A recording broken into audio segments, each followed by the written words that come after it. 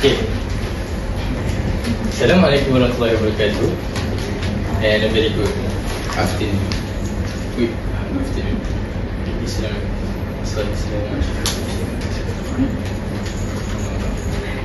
Okay. Can you guys see pictures clearly? Yes. Like what? Could you tell me what is the from this picture that you see? What is the first thing that comes to your mind? Segregation. Racial segregation. Racism. Yes, it's really correct. This is the pictures that shows us about the racism thing. Like this. Sorry, my client doesn't like the color of your tan. The tie.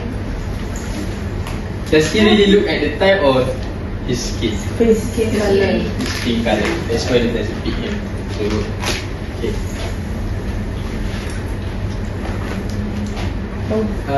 Have you ever been treated unfairly because someone made a true judgment about you? Imagine if that happened to you every day just because of your skin colors or where you come from. That's what racism and discrimination feels like for many people. Today we'll talk about how these problems affect lives and what we can do to stop them. So, what is racism? Racism refers to prejudice, discrimination, or antagonism directed against individuals or groups based on their race or ethnicity. It is rooted in the belief that certain races are superior to the others.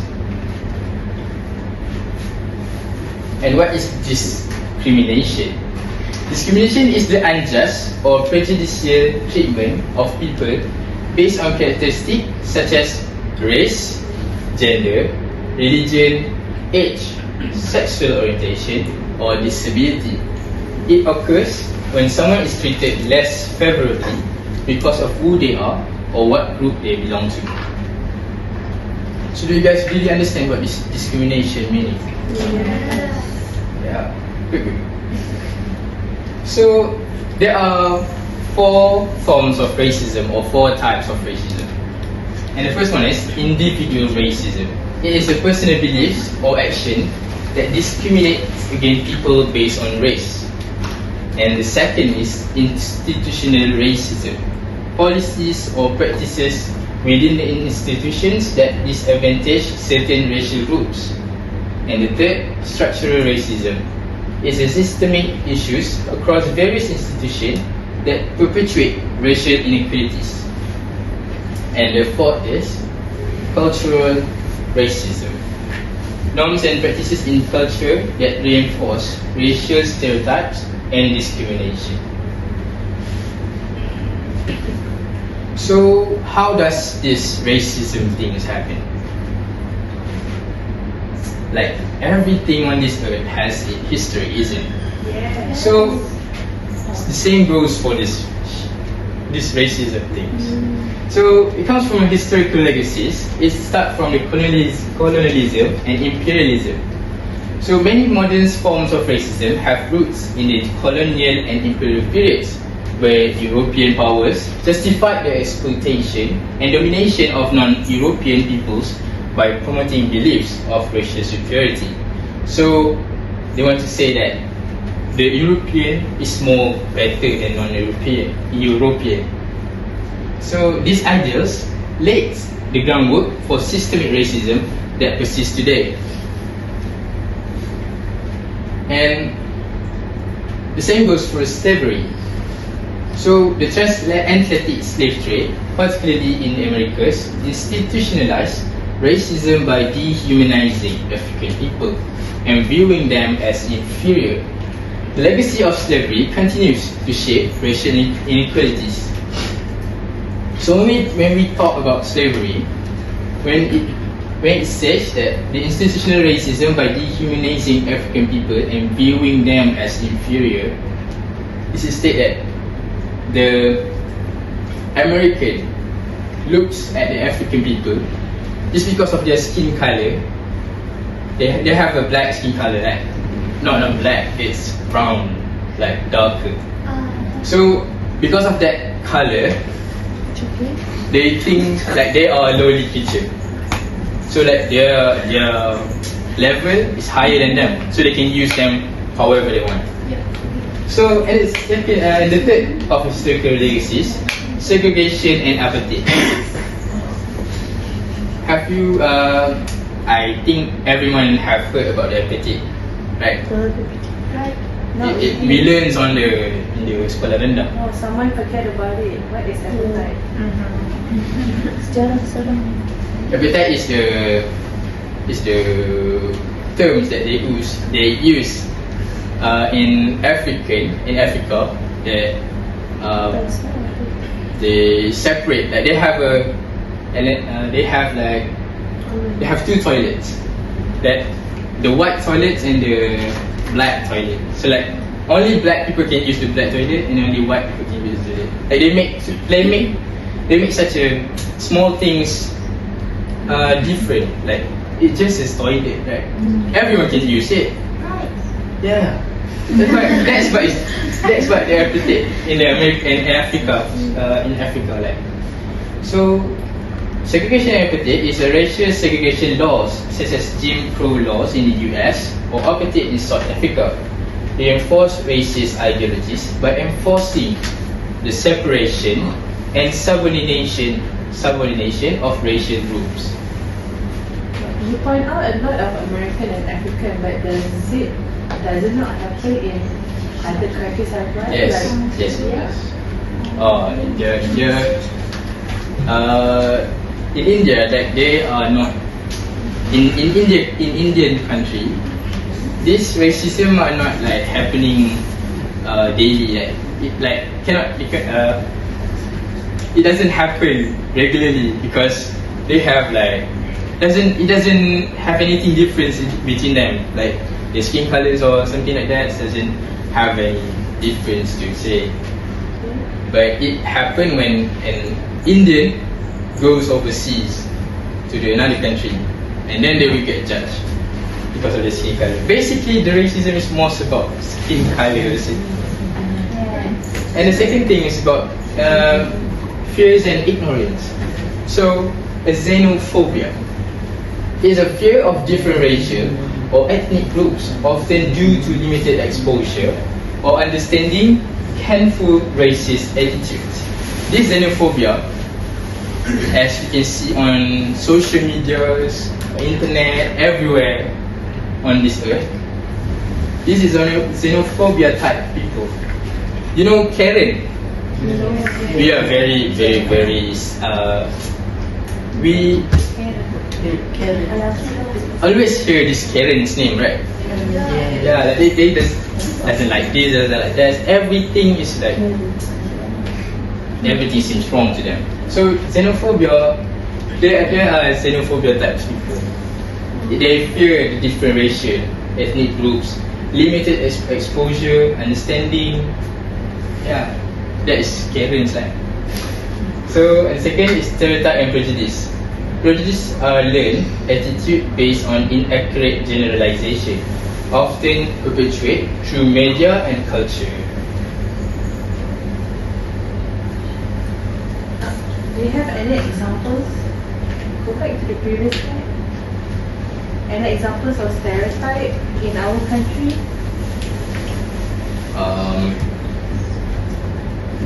In our country,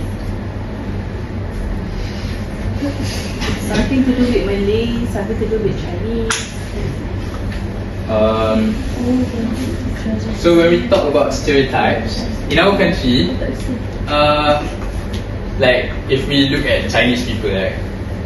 So when we look at Chinese people, we are stereotyped in our mind that they eat pigs and stuff, and every animals that we cannot eat, and every animal that we think that we cannot eat, they eat.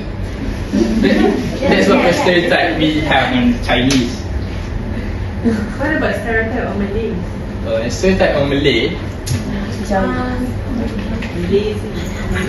are considered as a lazy people and always want to backstab each other.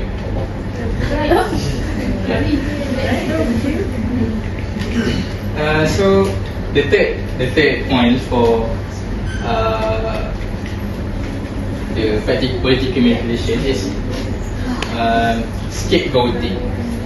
Political leaders sometimes manipulate racial fear to gain support or deflect blames, using certain groups as scapegoats for societal problems. Like if they have any problems that they cannot, like they are a higher level person, they are very high level person because they are leaders of the politics group. So they doesn't want to take the blame on everything that they did. So they will use everyone, every race, every skin color person, to use as a scapegoating. So the people that they take as a scapegoating will be or what we call it, a black sheep. Yeah. They will take all the blame. And nationalism and xenophobia. Xenophobia already explained in the last slide. So nationalism is extreme nationalism, often promotes exclusion and hostility towards non-native or immigrants, fueling racism and discrimination. So like if the people have very strong like nationalism spirit, when they saw very non-natives, like we are in Malaysia, so we see like Indians come here and we become like, why is he here? Right. They're supposed to be on their country. That's why it's nationalism is like. So every people thinks that this racism thing is a small things to take. They take lightly on these things, but it is not actually.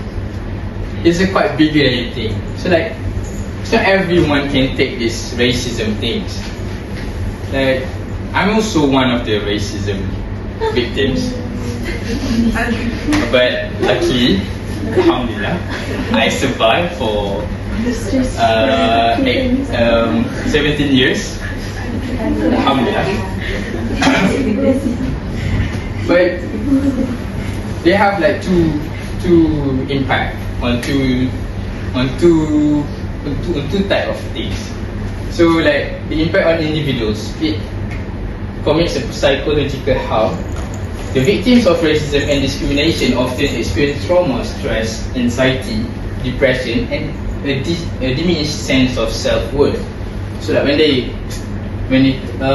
get the racism things, they get racist. Like it's not like everyone have a strong mind. So when they got racist by their friends or anybody that doesn't even know them, they will got like, first thing is they will like lock in. They will shut themselves up, doesn't even open to people, and then the second is they're gonna lock in the door. They're just gonna stay on the roof in the room, doesn't even talk to people, and then like they will become to blame themselves. Yes, self-worth, diminished self-worth. They will blame themselves. Why am I born like this? Why am I have a skin color like this? and end up if they are the pinnacle of racism, got racist. Yeah, they will like doesn't have any right mind, so they will like commit suicide. So that's why it's not good to racist people unless they accept it.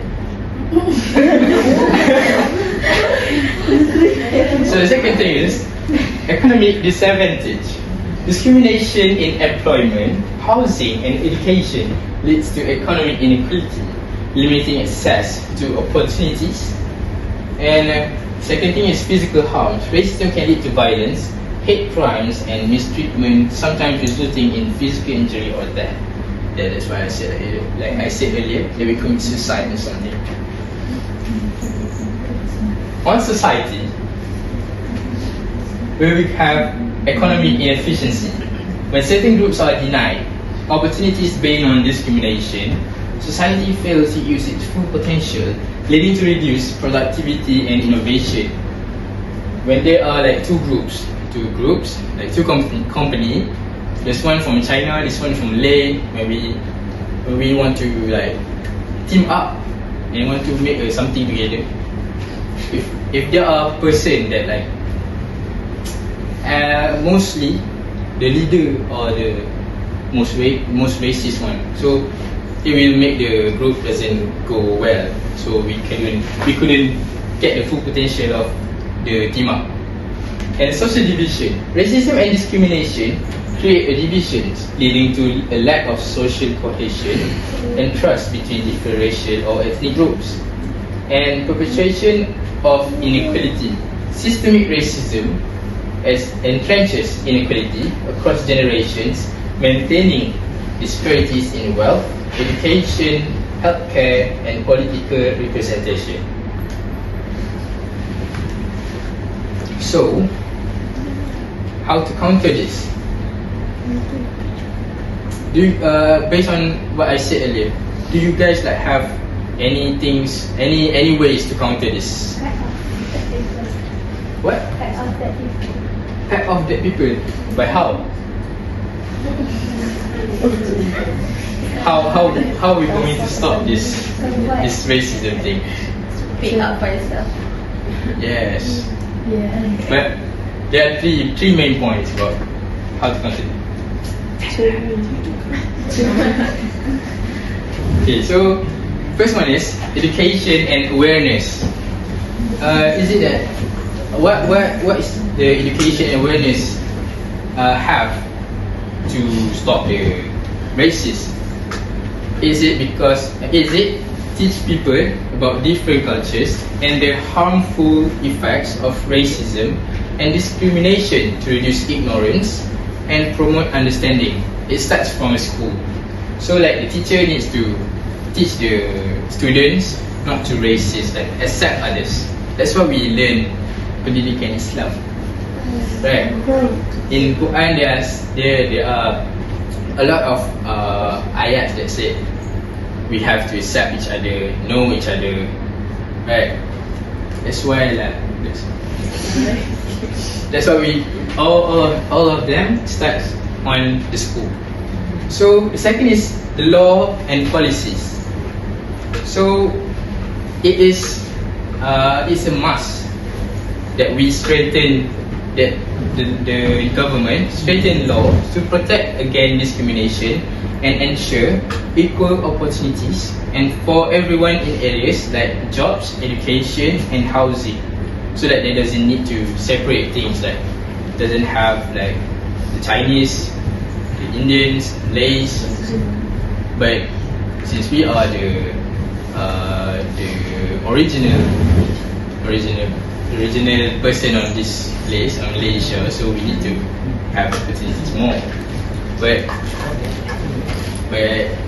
we doesn't need to separate this culture, like Indian, Chinese. We doesn't need to separate this race.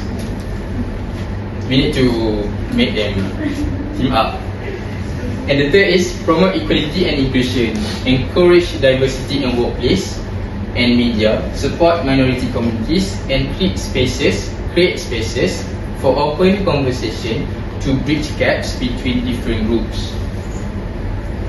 So, as a conclusion, we need to stop this racism thing because it's a very serious thing, and it is not happen only in front of our eyes. It happened on a worldwide things. It's a worldwide things.